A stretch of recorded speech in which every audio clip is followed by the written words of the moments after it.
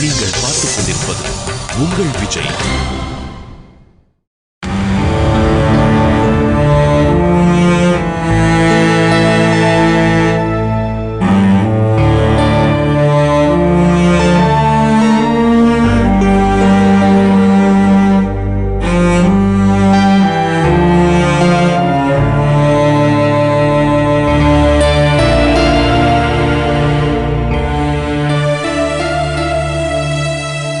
ஜெயந்தி, என்னம்மா இங்க வந்து நிக்கிற? உள்ளவா. என்ன பேஷண்ட் மாதிரி ட்ரீட் பண்றீங்க? எனக்கு வீட்டுக்கு போகணும். ரிப்போர்ட்ஸ் எல்லாம் எப்போ வரும்? இது வந்துடும். இந்த சூடா காஃபி வேண்டி வந்திருக்கேன், உள்ள வந்து சாப்பிடுவா. வாமா வா. வா.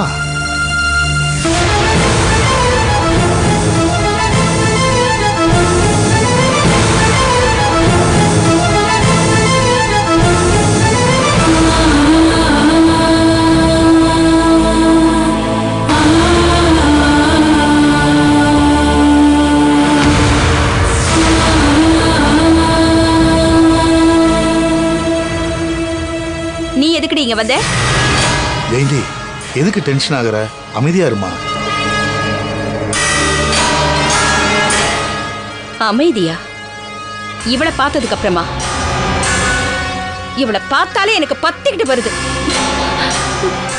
அம்மா, நீங்க ஹாஸ்பிட்டல் அட்மிட் ஆயிருக்கீங்கன்னு கேள்விப்பட்டேன். அதான் பார்த்துட்டு போலான்னு வந்தேன். என்ன பார்த்துட்டு போறதுக்கு நீ யாருடி? என் சொந்தமா இல்ல பந்தமா?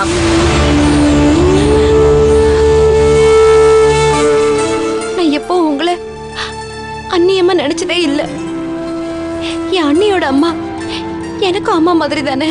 சீ, வாய மூடு. என் பொண்ணு அமலாவும் நீயும் ஒண்ணா?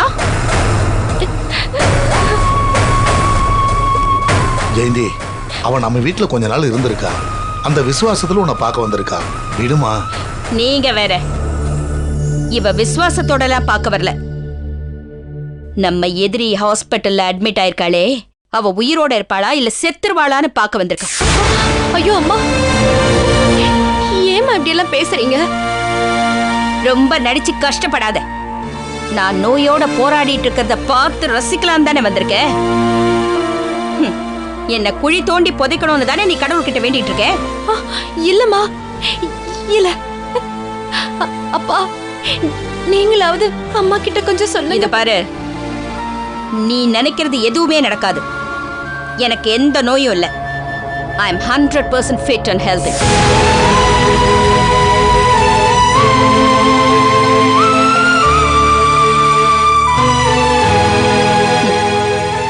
நான் இந்த உலகத்துல வாழ்ந்துகிட்டு இருக்கிறதே உங்க ரெண்டு பேரையும் பழி வாங்கறதுக்கு தான்.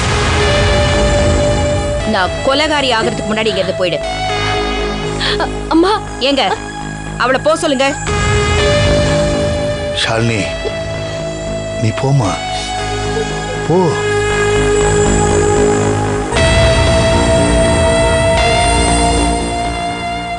ஏமா, நீ ஹாஸ்பிட்டல்ல இருக்கிறத கேள்விப்பட்டு உன்னை பார்க்க வந்திருக்கா. அவகிட்ட போய் எதுக்குமா இப்படி கோவப்படுற? சும்மா அவளுக்கு சப்போர்ட் பண்ணிட்டு இருக்காதீங்க. என் நிம்மதியை கெடுக்க வந்த பிசாசாவ. சரி, வா, உள்ள வா. உள்ள வாமா. வா, சொல்றத கேளு. வா, உள்ள போமா.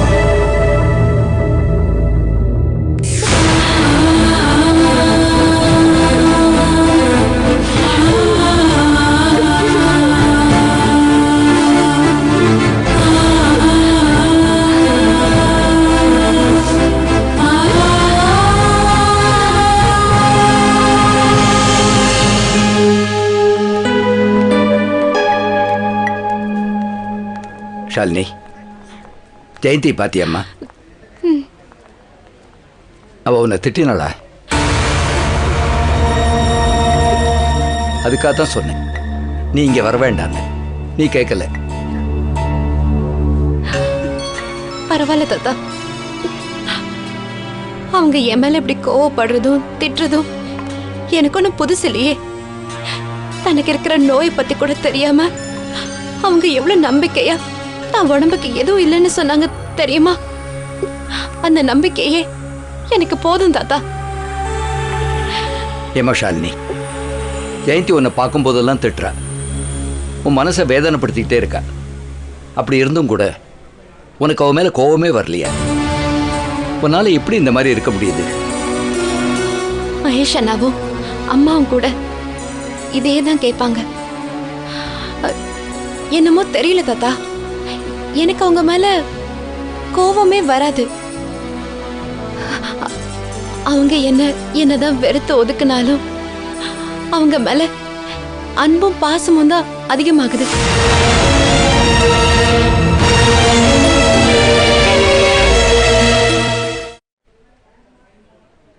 அவ்வளோ ஏன் தாத்தா, பல நேரங்கள்ல நான் அவங்க பக்கத்துல இருக்கும்போது என் அம்மா பக்கத்துல இருக்கிற மாதிரி எனக்குள்ள ஒரு உணர்வு தோணுது தாத்தா.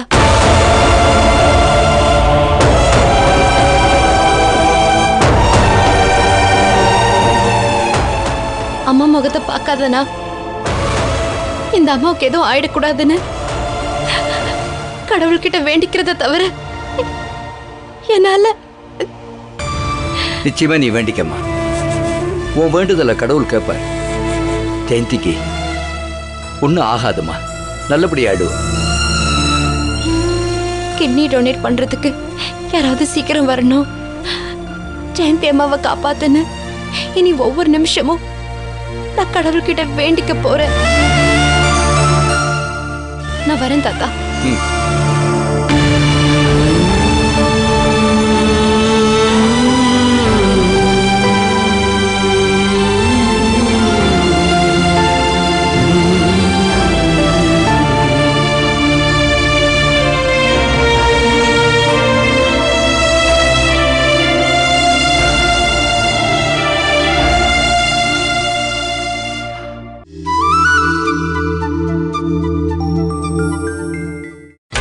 நீங்கள் பார்த்துக் கொண்டிருப்பது உங்கள் விஜய்.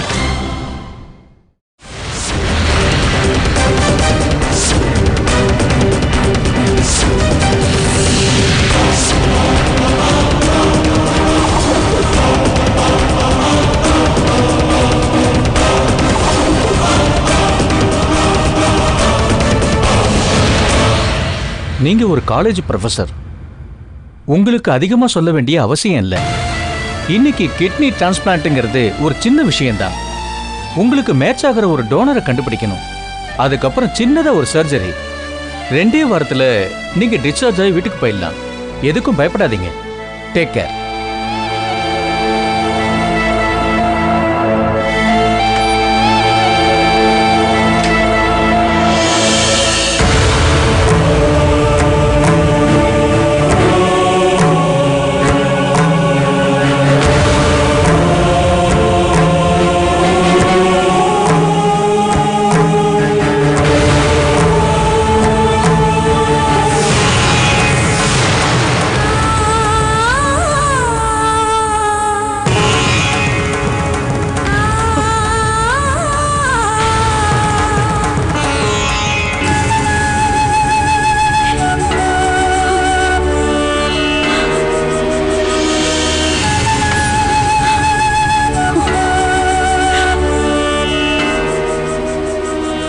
ஜெயந்தி,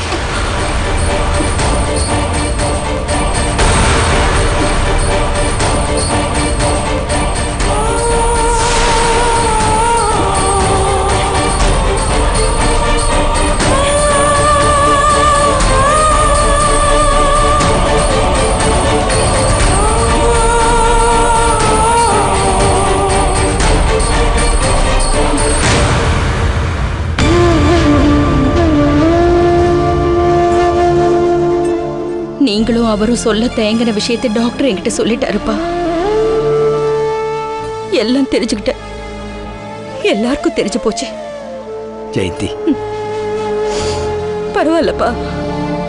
என் வாழ்க்கையில நடக்கிறதெல்லாம் மரணத்துக்கு சமமா தானே நடக்குது. ஜெயந்தி, என்ன வார்த்தை பேசுற நீ? நீ தைரியமா இருக்கணும்மா. தைரியமா தான் இருக்கேன். என்ன வந்தாலும் தாங்கிக்கிறதுக்கு தயாரா தான் இருக்கேன். தைரியமா தான் இருக்கேன்.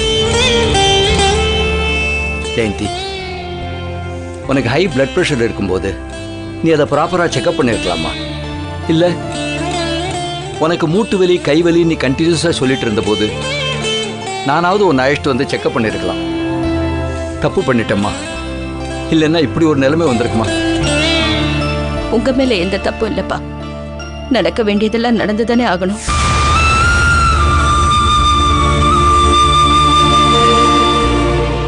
நீங்க தான் சொல்லுவீங்களேப்பா, காலேஜ் படிக்கிற நாள்ல இருந்து நான் யாருக்கும் நிம்மதியே கொடுத்தது கிடையாதுன்னு. நான் போய் சேர்ந்துடுறேன், அதுக்கப்புறம் எல்லாரும் சந்தோஷமா இருக்கு. என்ன ஜெயந்தி, நீ என்ன வார்த்தை பேசுற? இதுக்காகவா நான் உன்னை பெத்து வளர்த்தேன்? இந்த பார் ஜெயந்தி, உனக்கு எதுவுமே ஆகாது. நீ நல்லா இருப்ப, சந்தோஷமா இருப்பம்மா. அமலா எங்கப்பா? அமலா முதல்ல வரேன்னு சொன்னான். ஆனா சின்ன பொண்ணு இல்லையா, கொஞ்சம் பயந்து போயிருக்கா. பரவாயில்ல, நீ வீட்டில் இருன்னு சொல்லிட்டு வந்துட்டேன். அம்மாவுக்கு தெரியுமா? ஆமா, அம்மாவுக்கு தெரியுமா. ஜெயந்தி, நீ கொஞ்ச நேரம் படுத்து ரெஸ்ட் எடுத்துக்கம்மா. வா. வேண்டாப்பா, என் மனசு உடம்பெல்லாம் தெம்பாதான் இருக்கு. நான் அவ்வளவு சீக்கிரம் ஓய்வெடுக்க மாட்டேன். சரிம்மா, நீ ரிலாக்ஸ் பண்ணு. டாக்டர் ஏதோ சொல்லணும்னு கூப்பிட்டாரு. நான் போய் என்ன ஏதுன்னு கேட்டு வந்துடுறேன். சரி.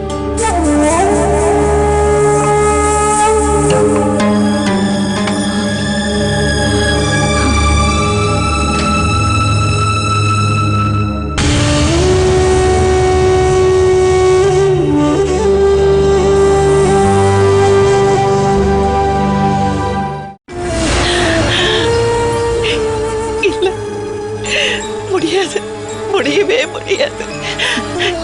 என் பொண்ணை இந்த கோலத்துல என்னால பார்க்கவே முடியாது. கடவுளே, யாருக்கு நாங்க என்ன பாவம் செஞ்சோம்? எங்களுக்கு ஏன் இந்த நிலைமை? அவளா, உங்க அம்மாவை இந்த நிலைமையில என்னால பார்க்க முடியாதுமா, முடியாது. உள்ள போலாம், வாங்க வாங்க.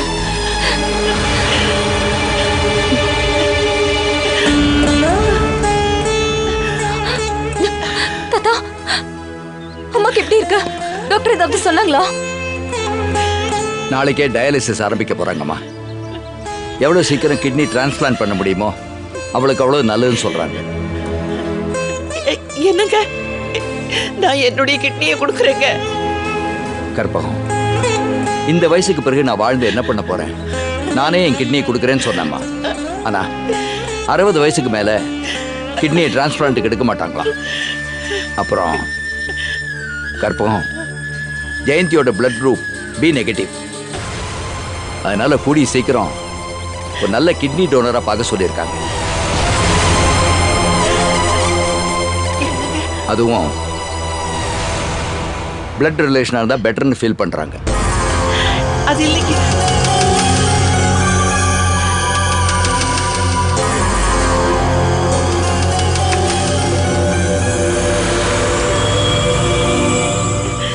அமலா,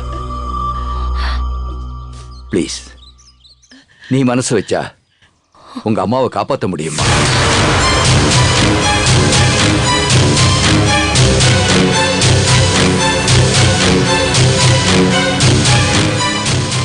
என்ன தாத்தா சொல்றீங்க?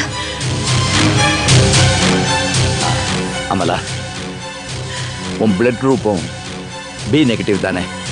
அதான்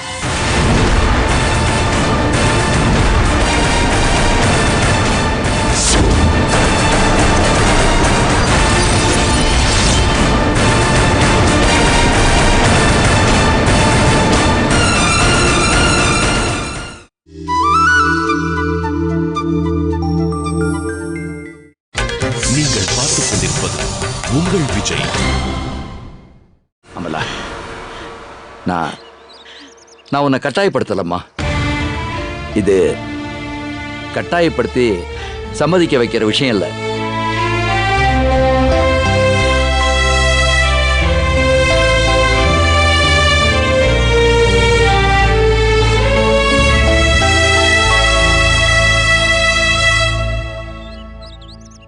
தாத்தா, அருணோட பிளட் குரூப் என்ன? அவனோடது ஓ பாசிட்டிவ்மா.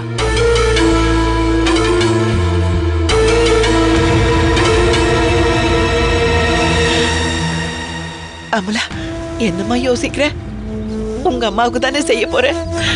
உனக்கு ஏதாவது ஒண்ணுன்னா உங்க அம்மா உனக்காக உயிரையே கொடுப்பாளேம்மா. சரின்னு சொல்லுமா. அம்மாக்கு கிட்னி கொடுக்கணும்னு எனக்கு மனசு நிறைய ஆசை இருக்கு. ஆனா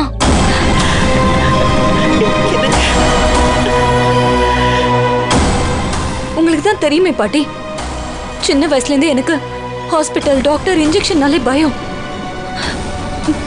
அலர்ஜி.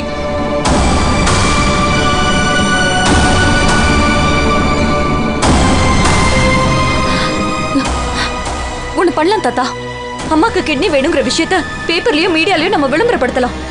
அதை பார்த்து கண்டிப்பா யாராவது கிட்னி டொனேட் பண்ண வருவாங்க. அவங்களுக்கு எவ்வளவு பணம் வேணாலும் நம்ம கொடுத்துடலாம்.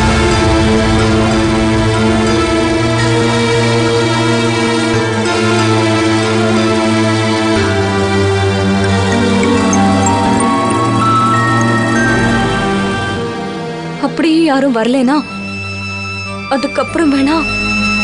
பரவாயில்லம்மா, நான் பார்த்துக்கிறேன். உன் மனசுல என்ன இருக்குன்னு தெரிஞ்சுக்கத்தான் நான் உங்ககிட்ட சொன்னேன். அமலா, உன் அம்மா மேல நீ உயிரியே வச்சிருக்க. அவளுக்கு ஏதாவது ஒண்ணுன்னா நீ ஓடி வருவேன்னு நினைச்சேன். அவ்வளவுதான். பரவாயில்லம்மா, பரவாயில்ல.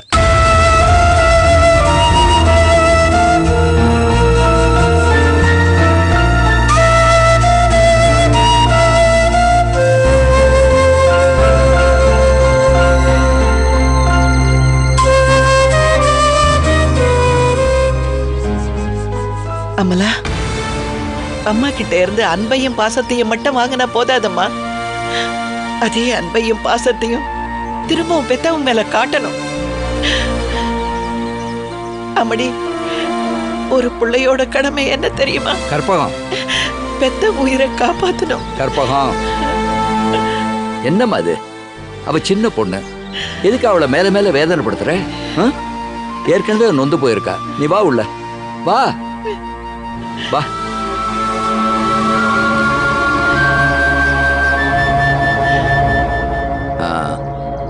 அமலா, நான் இன்னும் 1 மணி நேரத்தில் ஹாஸ்பிட்டல் போறேம்மா. நீ என் கூட வருதுன்னா ரெடியாரு.